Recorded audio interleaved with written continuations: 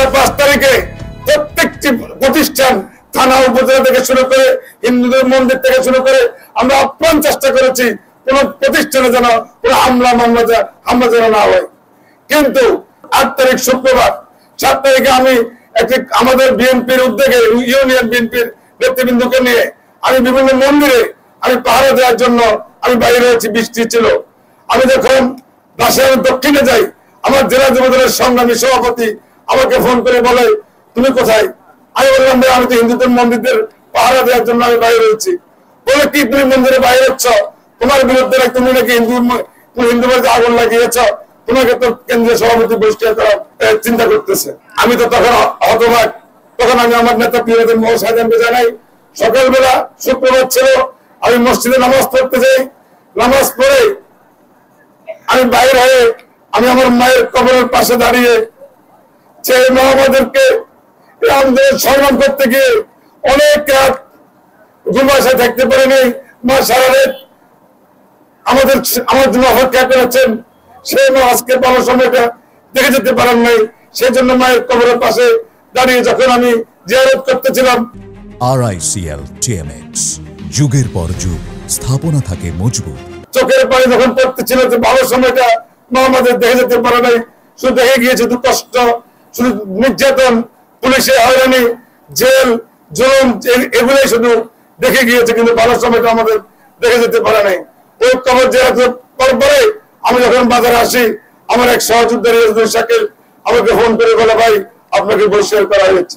একটি বহিষ্কার একজন কর্মীর জন্য কি পরিমাণ কষ্ট, কি পরিমাণ আঘাত, এটা হয়তো আমি আপনাদেরকে ভাষা আমি বুঝাতে পারবো না। কিন্তু আমি আমার মহান রব্বুল আলামিন আল্লাহ পাকের দরবারে আমি শুকরিয়া আদায় করছি যে আমাকে এই 15.5 মাস যদি আমাকে আমার দল থেকে আমাকে বিচ্ছিন্ন করে প্রত্যেক দেখে রাখে, কিন্তু আমার প্রিয় নেতা, নোয়াখালী মাটির মানুষের নেতা, যার কত ছেলে সারা সুবর্ণচর সদরের প্রত্যেকটি আনাচে কানাচে যার জনপ্রিয়তার কোন শেষ নেই, যাকে এই দেশের জননেতা বলা হয়, আমাদের সকলের প্রিয় দানের শীষ প্রতীক নিয়ে তিনি 2026-এ ভোট করবেন এবং যিনি 4বার এই দেশের সাংবিধানিক সংসদ সদস্য ছিলেন, আমাদের সকলের প্রিয় মোহাম্মদ শাহজাহান, এবং আমার যে সহযোদ্ধা, আমার সহকর্মী এবং আমার এলাকার জনগণ কিন্তু আমাকে কখনো 1 মিনিটের জন্য তোরা আমাকে বলে যায় নাই।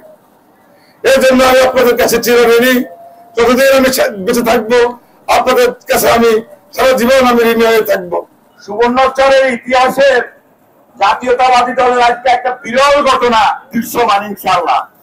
এটা দালালউদ্দিনের সুমনের প্রতি কোনো দয়াবাদ করবে না, এটা তার ন্যায্য হক, ন্যায্য পাওনা। আমি আপনাদেরকে কথা বাড়াবো না।